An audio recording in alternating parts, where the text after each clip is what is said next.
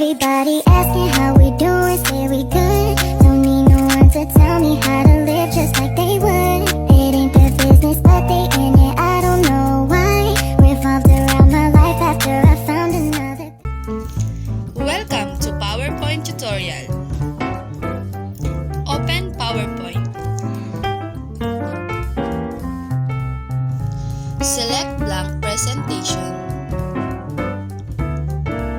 Click on Start Typing. Create a presentation from a theme. Select File.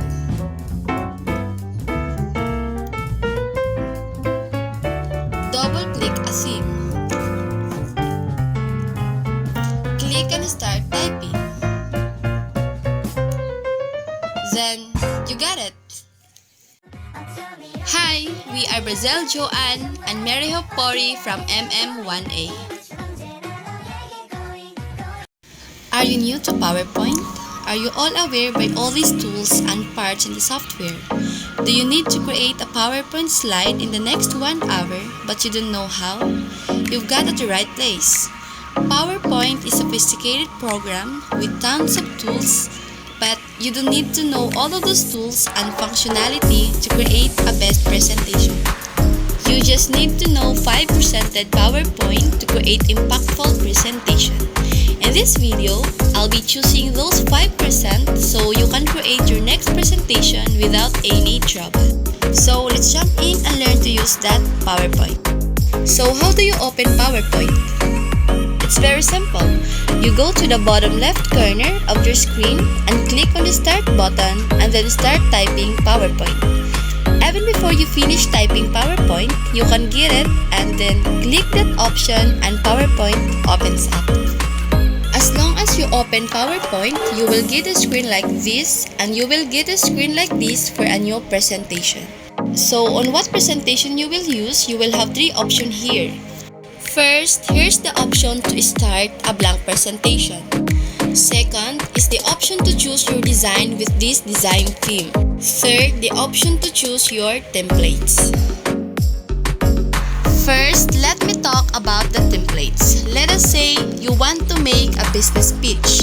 You go to the option here and say business pitch and then click enter and see what PowerPoint comes up with. As you can see, PowerPoint gives you few options.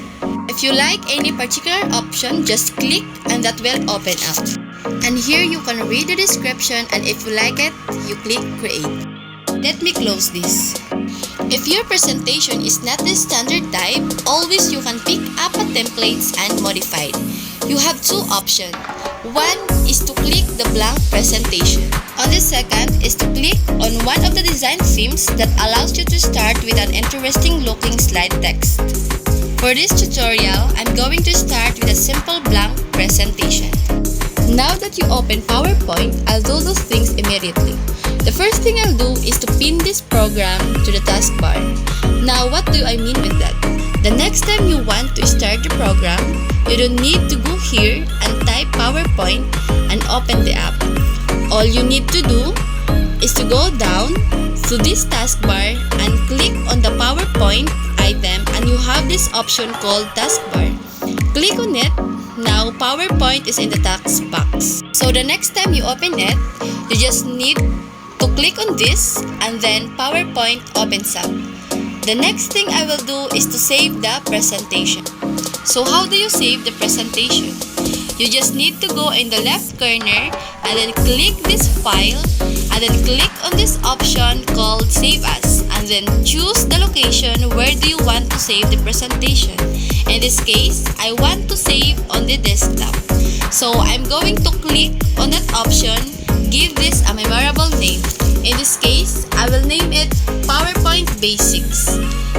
If you see that PPTX, that's exactly the file that we want, just click Save. Now when I go to the taskbar, I click and go to show the desktop option and I can see the presentation here called PowerPoint Basics. So the next time I open and access the file, I just need to double click on that icon and it will opens up the specific file and this task is done. Also, we can use PowerPoint in this way.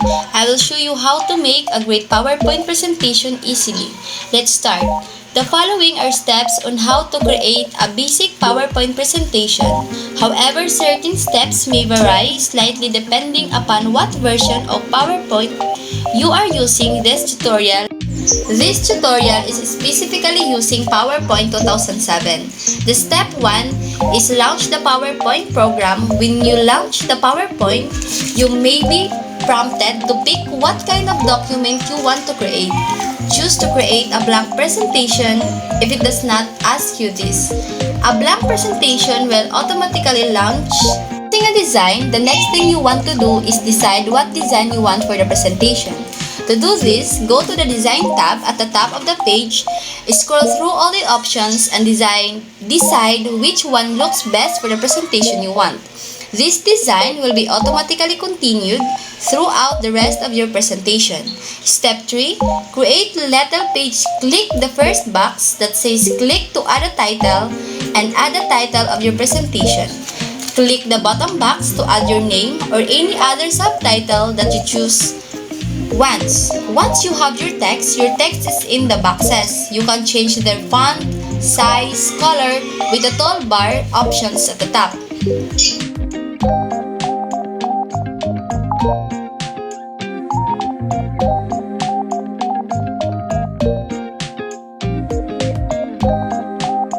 And step 4, add more slide. Chances are you are going to need more than one slide.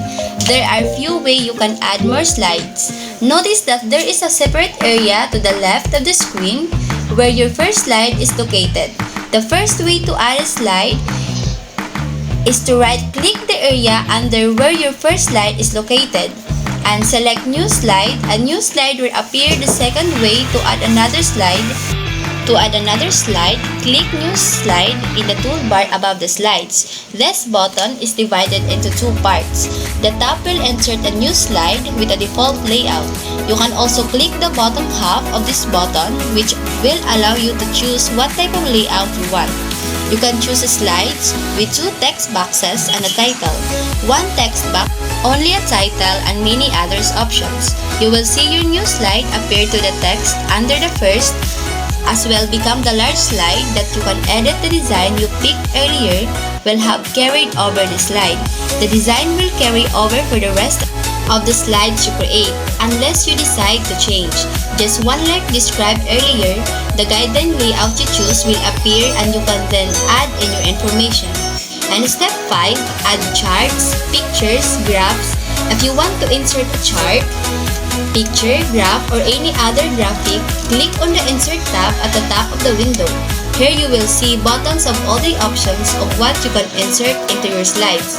Click the designated box and insert what you want to have on that slide.